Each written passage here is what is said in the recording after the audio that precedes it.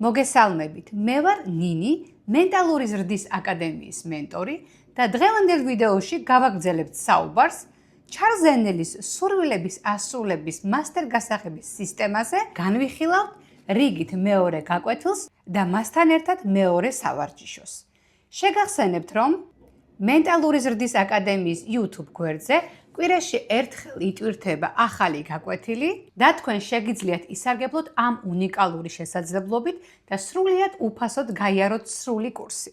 ხოლო ენერგობალანსისთვის გთხოვთ გამოიწერეთ ჩვენი YouTube არხი და აუცილებლად გადახედეთ ჩვენს Instagram და Facebook გვერდებს, რათა არასდროს არ გამოგრჩეთ ის სიახლეები, რომელსაც აკადემია გთავაზობთ. მას ასე დავიწყოთ რიგით მეორე გაკვეთილის განხილვა, რომლის სათაურიც არის თქვენი აზროვნების საფუძველი. შესავალი. ჩვენი სირთულეები დიდწილად გამოწვეულია აზრების არევდარებით და ჩვენი ნამდვილი ინტერესების არცოდნით. ჩვენს წინაშე დგას სერიოზული ამოცანა, გავხსნათ ბუნების კანონები, რომელთა შესაბამისობაშიც საკუთარი თავი უნდა მივიყვანოთ. შესავალი ნაწილი პირდაპირ მიუთითებს იმაზე, რომ ჩვენ ცხოვრებაში შექმნილი სიტუაციები, რომლებიც ჩვენ არ მოგწევს, გამოწვეულია ჩვენი ფიქრების არევდარებით და მასთან ერთად ჩვენი სურვილების არცოდნით. რაოდენ გასაკვირიც უნდა იყოს, ადამიანების უმრავლესობას წარმოდგენა არ აქვს, რა სურვილები აქვთ მათ და ისინი საკუთარ სურვილებს უკავშირებენ საზოგადოებაში გავრცელებულ ტენდენციურ სურვილებს. ანუ თუ მეზობელს აქვს, მეც მინდა რომ მქონდეს. თუ ჩემ დაქალს აქვს, მე რატომ არ უნდა მქონდეს. რომ გავიგოთ რეალურად რა გვინდა, ამისთვის უნდა გამოვყოთ დრო და დავფიქრდეთ. ნამდვილად მინდა ის, რაც მინდა? თუ ეს არის თავსმოხვეული სურვილები, რომლებიც საზოგადოებისგან რაღაცნაირად გადმომედო. ანუ ძალიან მნიშვნელოვანია ავიღოთ კალამი და ფურცელი, ჩემი ყველაზე ახლო მეგობრები და დავიწყოთ იმ ყველაფრის ჩამოწერა, რაც რეალურად გვინდა. როდესაც შევხედავთ ამ დიდ ჩამონათვალს, შემდეგ დავფიქრდეთ, ეს ნამდვილად ჩემი სურვილია, თუ ვინმე ზემოქმედების ქვეშ ვართ. ასე გავცხრილავთ ჩვენს ნამდვილ სურვილებს და გვექნება ჭეშმარიტი სურათი იმისა, თუ რეალურად რა გვინდა. ეს დაგვეხმარება იმაში, რომ ენერგია არ დავკარგოთ ისეთ რაღაცეებზე, რაც ჩვენთვის ზედმეტია, გვქონდეს მკაფიო სურათი და მიმართულება იქეთკენ, საითაც გვინდა, რომ ჩვენი ცხოვრება წავიდეს. და მეორე ფაქტორი, რომლის შესახებაც შესავალში იყო საუბარი, რომ ჩვენი სირთულეები გამოწვეულია აზრების არევდარებით, ეს იმას ნიშნავს, რომ დღის განმავლობაში ჩვენ ვაწარმოებთ ძალიან ბევრ ისეთ აზრს, რომელსაც არ უკვირდებით და გამომდინარე იქედან, რომ ყველა აზრი ცდილობს მატერიაში გამოვლენას, ანუ ყველა აზრი მატერიალიზდება, ცხოვრებაშიც მატერიალიზდება სწორედ ის არევდარეული მომენტები, რაც ჩვენს გონებაში იყო. ფსიქოლოგები და ფსიქოთერაპევტები გვირჩევენ, რომ ვისწავლოთ ჩვენი აზრების კონტროლი. ანუ დავაკვირდეთ, რას ვფიქრობთ, როგორ ვფიქრობთ და სასარგებლო არის თუ არა ეს ფიქრი ჩვენთვის. აზრი არის ენერგია, ქმედითი აზრი კი არის აქტიური ენერგია. კონცენტრირებული აზრი კი არის კონცენტრირებული ენერგია. გარკვეულ მიზანზე კონცენტრირებული აზრი ძალად იქცევა. ამ ძალას იყენებს ის, ვისაც არ სჯერა სიღარიბის სათნოების და თვითგანრიდების სილამაზისა. ის ამ ღირებულებებს აღიქვამს როგორც სუსტების ნუგეშს. და როგორც რამდენიმე წუთის წინ გითხარით, ყველა აზრი ცდილობს სამყაროში გამოვლინდეს. აქედან გამომდინარე, შეგვიძლია დავასკვნათ, რომ აზრი არის ენერგია, ქმედითი აზრი კი არის აქტიური ენერგია. ხოლო გარკვეულ მიზანზე კონცენტრირებული აზრი იქცევა ძალად და სწორედ ამ ძალას იყენებენ ის გენიოსები, ის წარმატებული ადამიანები, რომელთა ცხოვრებას ჩვენ ასე ძალიან მოგწონს. და მაინც რას ნიშნავს კონცენტრირებული აზრი?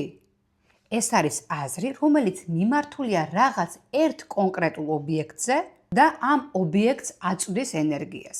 მოდი უფრო მარტივი რო იყოს, მაგალითს მოგიყვანთ. მაგალითად, ჩემი სურვილია, რომ მყავდეს თეთრი მერსედესი.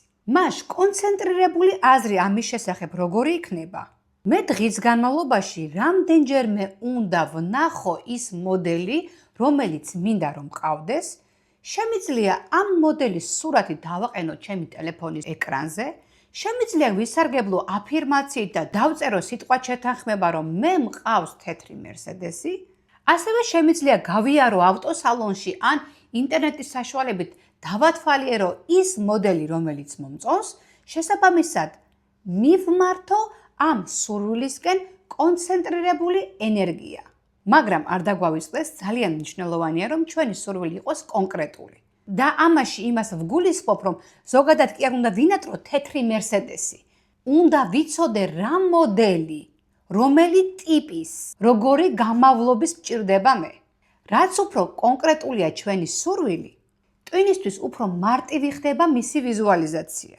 ამიტომ ამასაც დავუთმეთ გარკვეული დრო და გახადეთ თქვენი სურვილი, რაც შეიძლება კონკრეტული და ტვინისთვის მარტივად აღქმადი.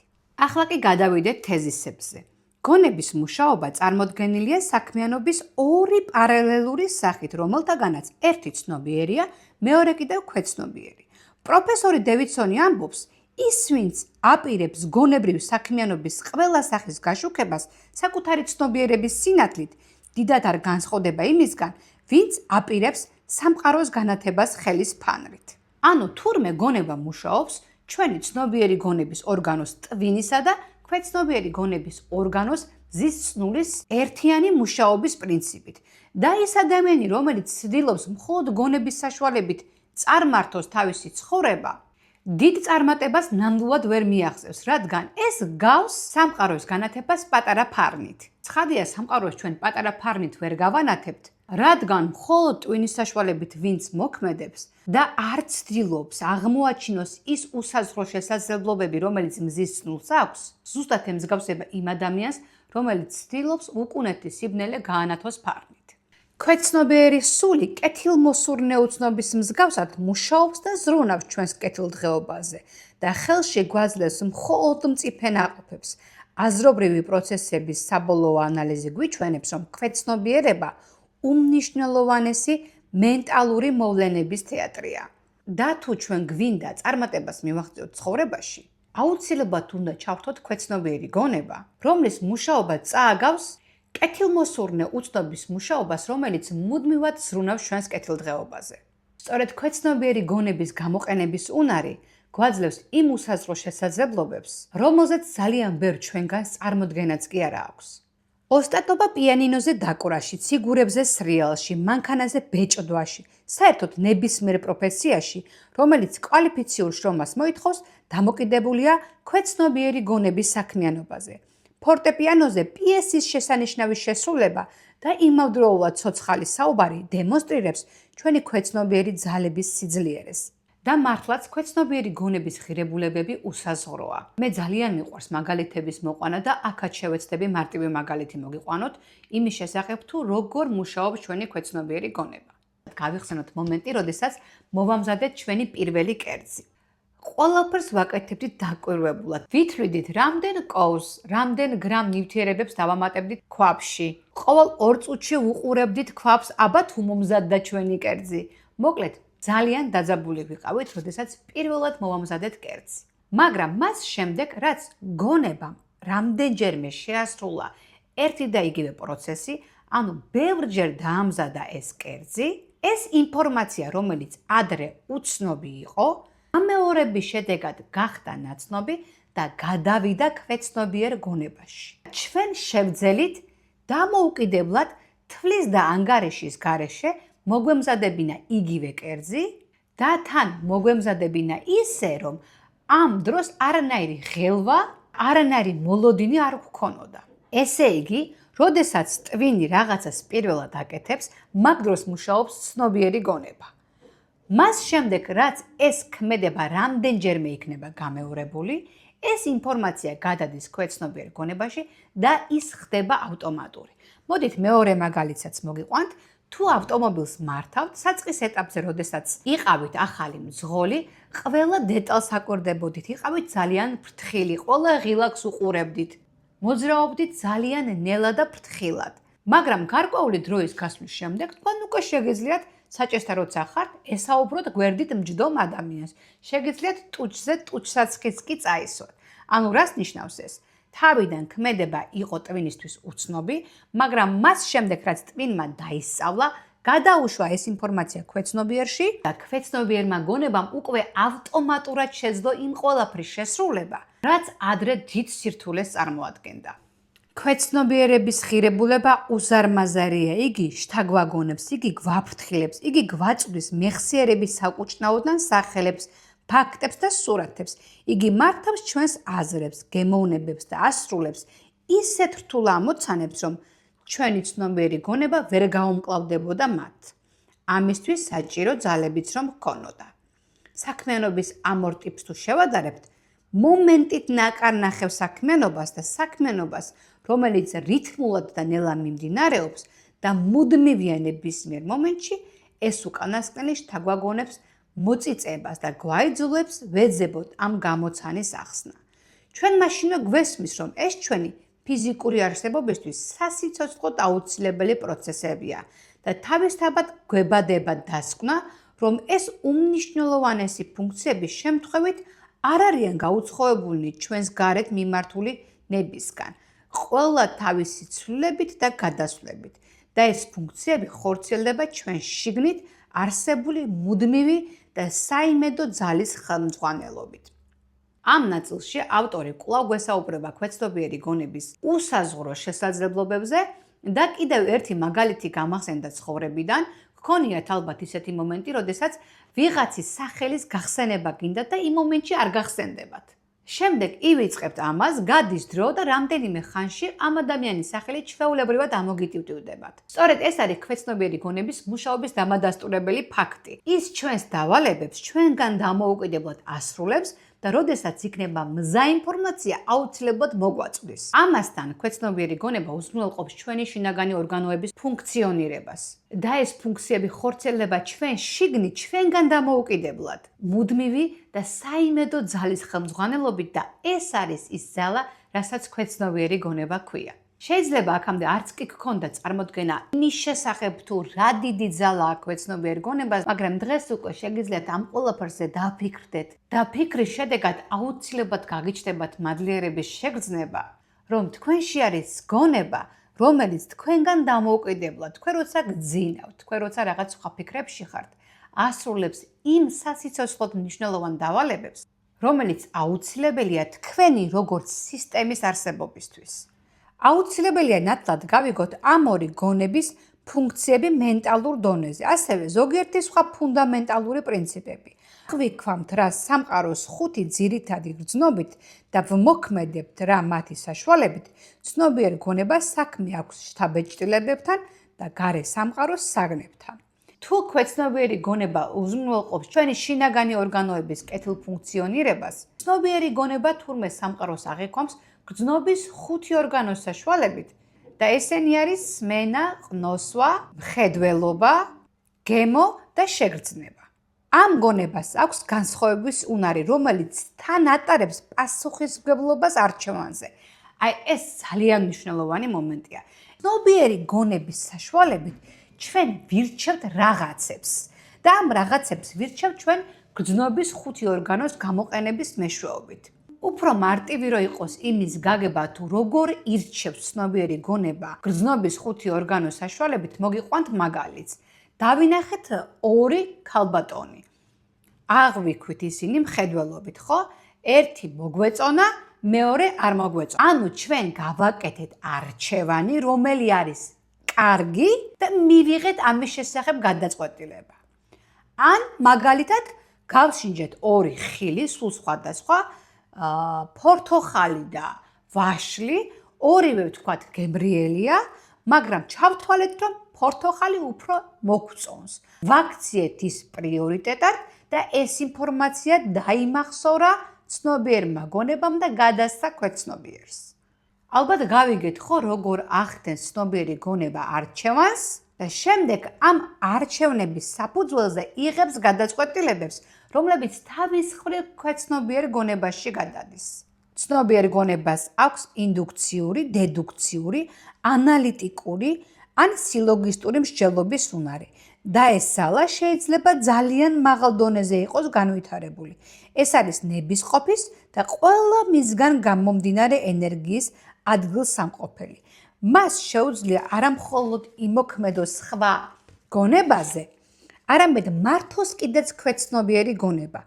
ასე ცნობიერი გონება ხდება ქვეცნობიერების პასუხისმგებელი და მმართველი და მისი დამცველი.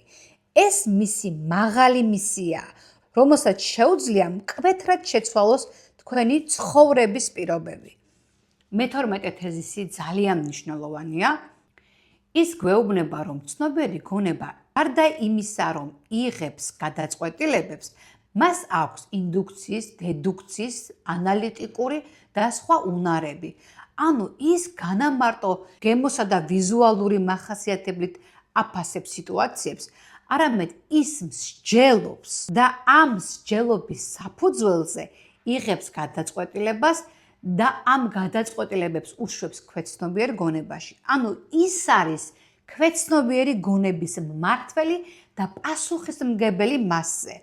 თურმე ცნობიერი გონება წყვეტს როგორი ცხოვრება გვაქვს ჩვენ. ახლა რომ არ აგერიოთ, კარგად მინდა გაგიშალოთ ეს. ვიდეოს დასაწყისში თქვი, რომ ქვეცნობიერი გონება მართავს ჩვენს ცხოვრებას თქო, მაგრამ ახლა ვთქვი, რომ ცნობიერი გონება წყვეტს როგორი ცხოვრება გვექნება ჩვენ.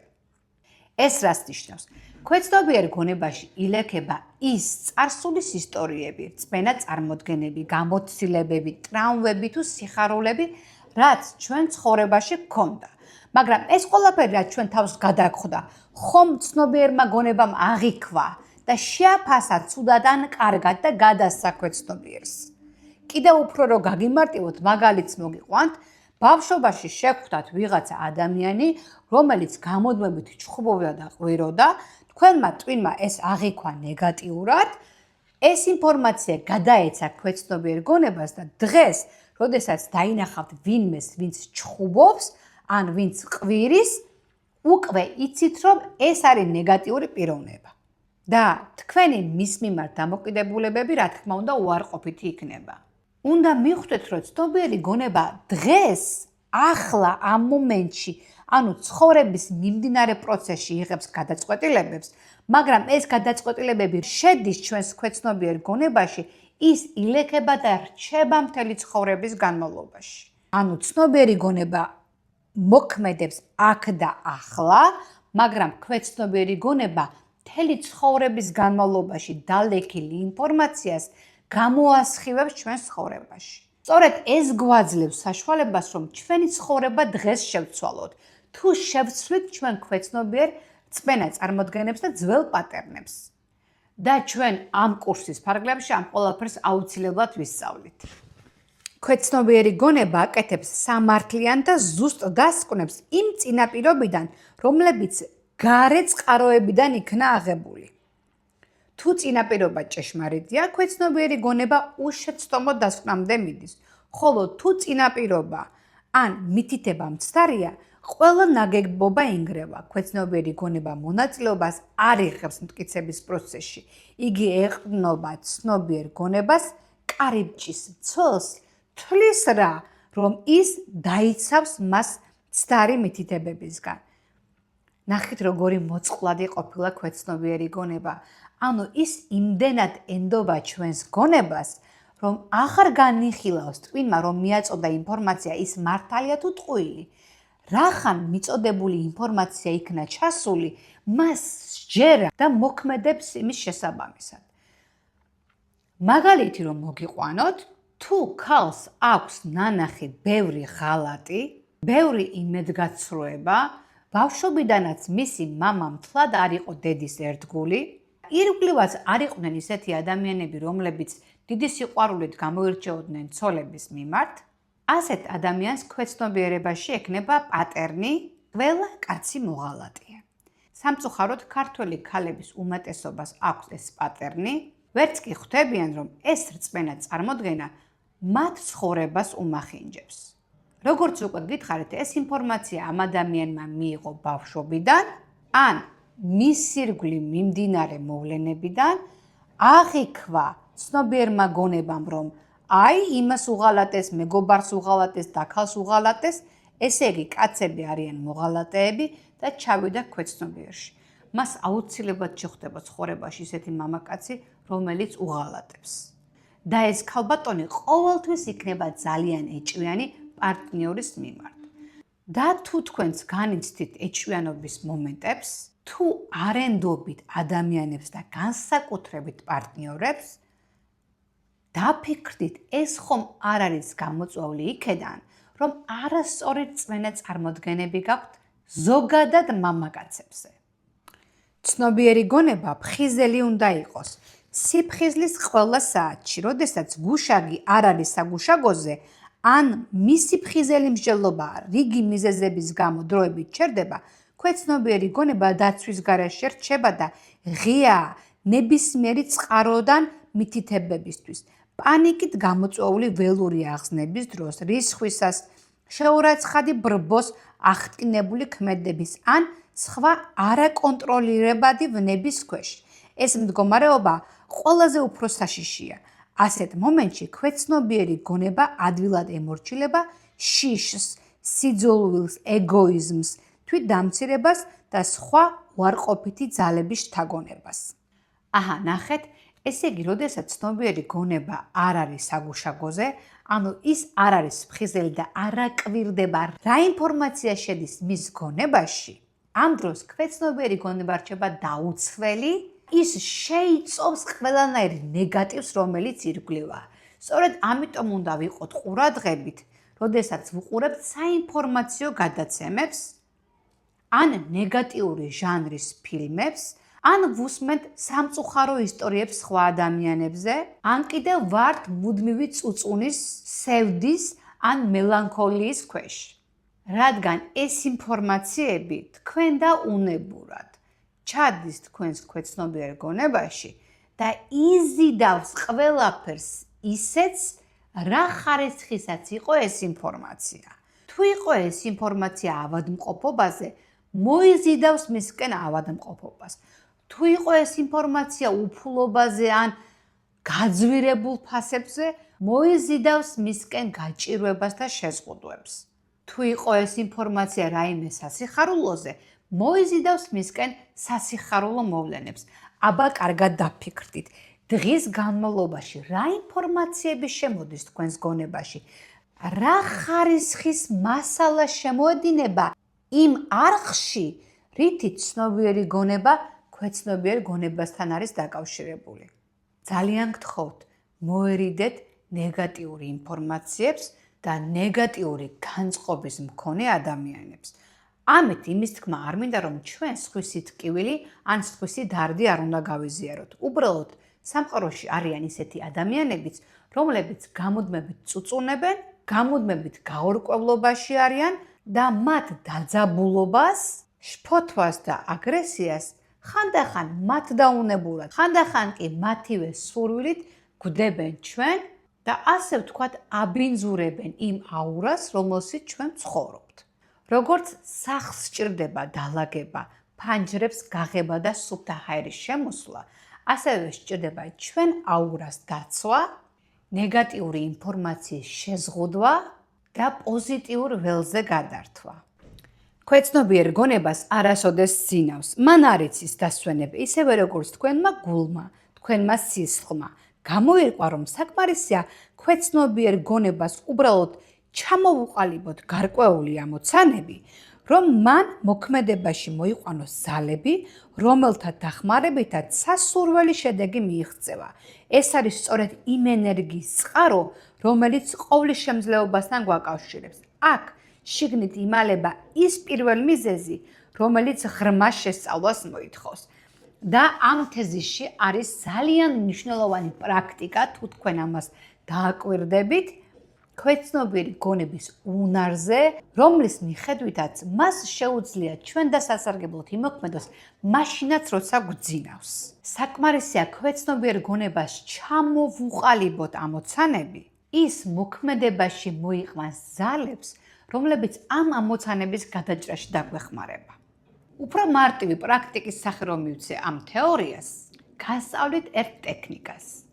თავისუფალ დროს განმარტოვდით, დახუჭეთ თვალები და წარმოედგინეთ თქვენი ცხოვრების ყველაზე სასურველი სცენარი.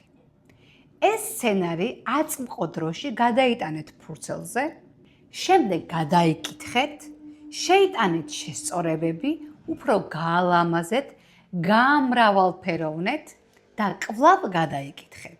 როდესაც თქვენი ცხოვრების იდეალური სცენარი იქნება მზად, თქვენ უკვე შეგეძლებათ ის ძილის წინ წაიკითხოთ დახუჭოთ თვალები და შემდეგ ეს წაკითხული წარმოიდგინოთ და ისე ჩაიძინოთ. სწორედ ამ დროს იწყება ჯადოსნობა, თქვენი ქვეცნობიერი გონება, თქვენ როცა გძინავს, მოიზიდავს ყველაფერს იმისთვის, რაც ამ სცენარში გაქვთ გაწერილი. ეს არის მეცნიერულად დადასტურებული ტექნიკა და ის მოქმედებს მიზიდულობის კანონის მეშვეობით.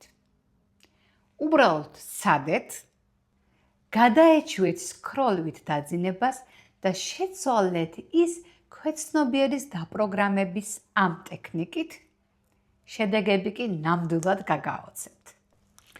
ქვეცნობიერ გონებას არ შეუძლია შედავება და ამიტომ თუ ის იღებს არასწორ მითითებებს, მათი დაძლევის სწორი ხერხია მძლავრი საპირისპირო მითითებების გამოყენება და მისი ხშირად გამეორება, რათა გონება მიიღოს იგი და საბოლოოდ ჩამოაყალიბოს ახალი ჯანსაღი ჩვევები და აზრები ცხოვრების შესახებ. 23 თეზისში კვლავ გვიზიარებს ავტორი საინტერესო თეორიას, რომელიც ჩვენ შეგვიძლია პრაქტიკად გადავაქციოთ და ამ ვიდეოში ჩვენ ვისაუბრეთ იმაზე, რომ ქვეცნობიერ გონებაში არის დალექილი ინფორმაცია ჩვენი ბავშვობიდან დღემდე მიმდინარე მოვლენების შესაბამისად. და ეს დალექილი ინფორმაცია ქმნის რწმენა წარმოდგენებს პატერნებს, რომლის მიხედვითაც ჩვენ ვცხოვრობთ. და სასიხარულო ამბავი არის აქ ის, რომ ჩვენ შეგვიძლია ის პატერნები და რწმენა წარმოდგენები, რომლებიც ჩვენ არ გვაწყობს, ანუ არ მოგწონს და არის ტრამბული ჩვენთვის, შევცვალოთ ისეთი რწმენა წარმოდგენებით, რომლებიც ჩვენ გვჭირდება. გიზიარებთ პრაქტიკას. კვლავ მოგიწევთ მარტო დარჩენა, კომფორტულად თქვენთვის, აიღეთ კალამი და ფურცელი და საერთოდ აქციეთ თქვენს მეგობრად კალამი და ფურცელი და დაწერეთ ის რწმენა წარმოდგენები, რომლებიც გაქვთ ცხოვრებაზე. აიღეთ ცხოვრების ერთი სფერო და დაწერეთ თქვენი რწმენა წარმოდგენები ამ სფეროს შესახებ. მაგალითად ფინანსები. დაწერეთ რას ფიქრობთ ფულზე. ყველაფერი რაც გონებაში მოგივათ. ფული მარტივი შრომით არ მოიპოვება, ფული ხელის ჭუჭყია. ბევრი უნდა ვიმუშაო, რომ ფული მქონდეს. თუ ფული არ მექნება, არავის არ ვეყვარები და ასე შემდეგ. ხა რო არ ჩამოგითვალოთ, ყოველს გექნება თქვენი რწმენა წარმოდგენები ფულზე. როდესაც ამ ყველაფერს ჩამოწერთ და შეხედავთ, რომ მათგან რამდენიმე მაინც არის ნეგატიური, აუცილებლად შეცვალეთ ისინი საპირისპირო აფირმაციით. და როდესაც ეს ნეგატიური რწმენა წარმოდგენა თქვენს გონებაში ამოტივტივდება, მას დაუპირისპირეთ მისი საპირისპირო, ანუ პოზიტიური რწმენა წარმოდგენა.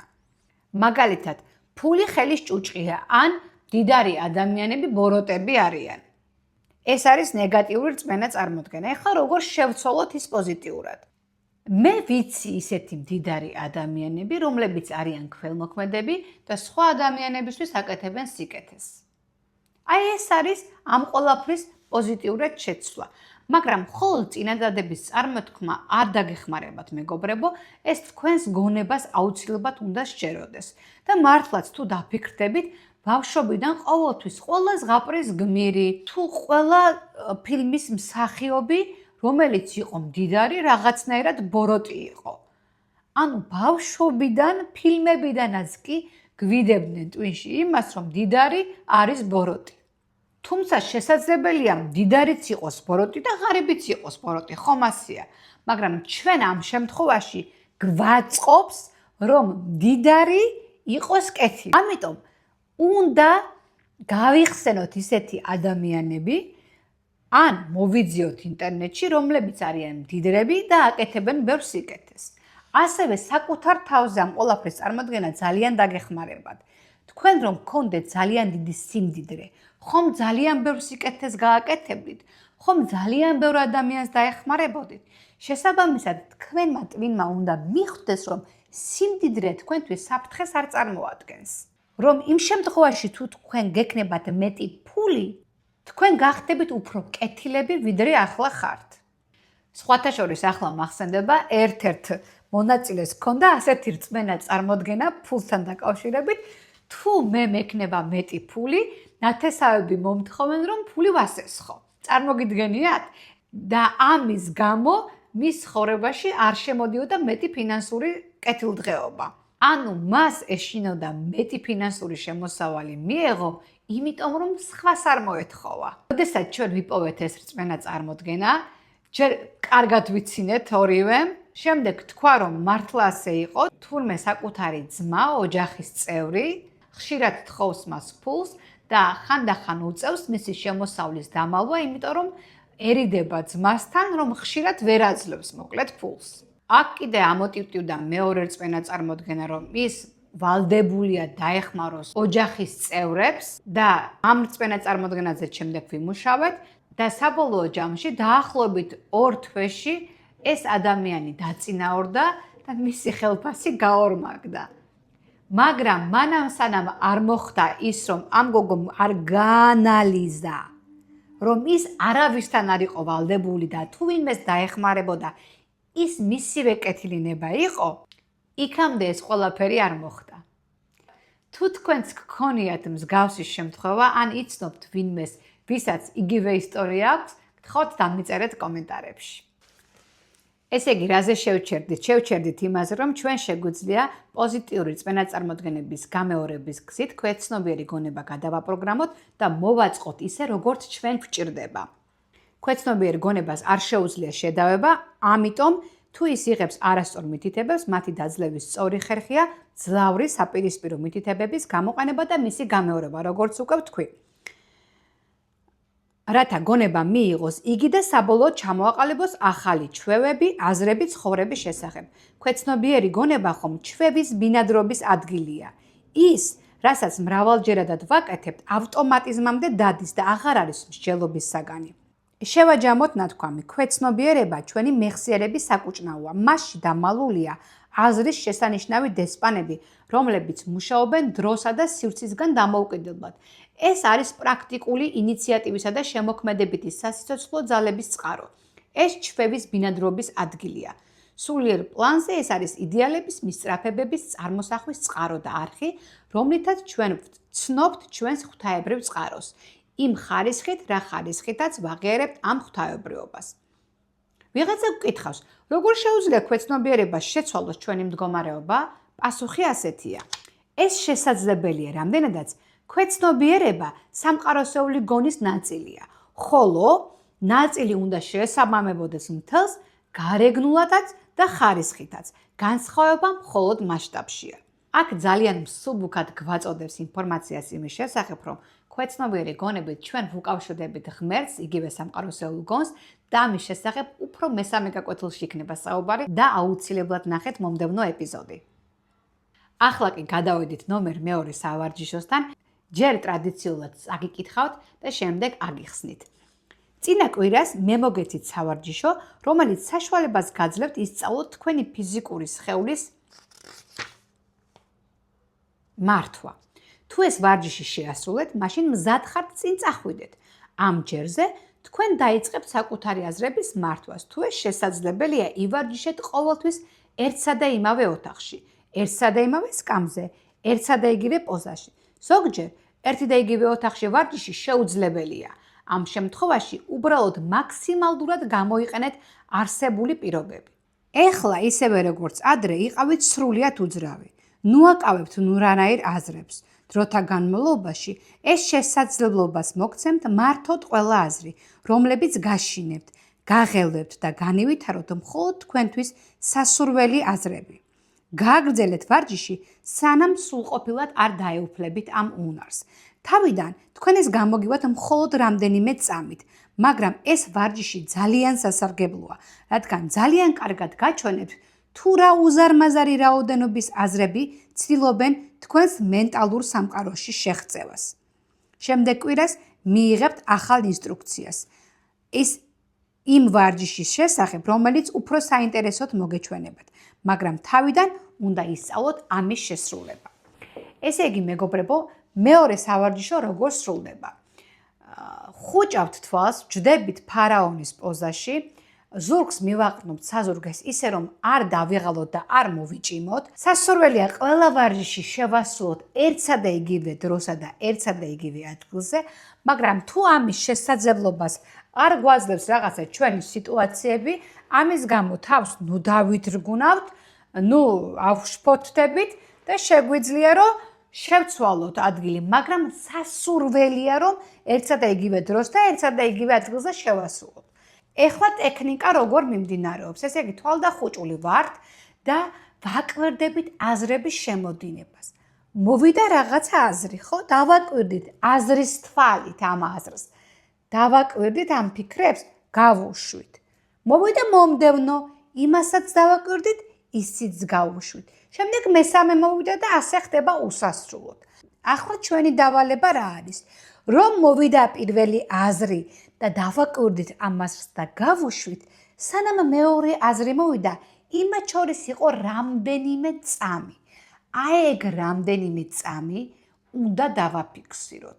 სიჩუმის, სრული არაფრის და სიცარიელის რამდენიმე წამი.